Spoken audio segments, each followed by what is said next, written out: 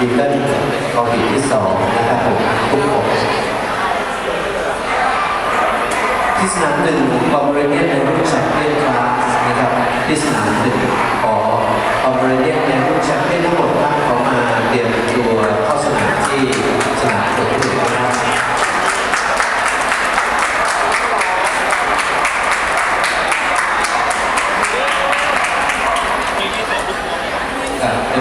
ก่อนกลับบ้านนะครับก็อย่าลืมนะครับใบเสร็จของท่านในกระเป๋าที่ยังไม่ได้มีใบเสร็จนะครับของทาง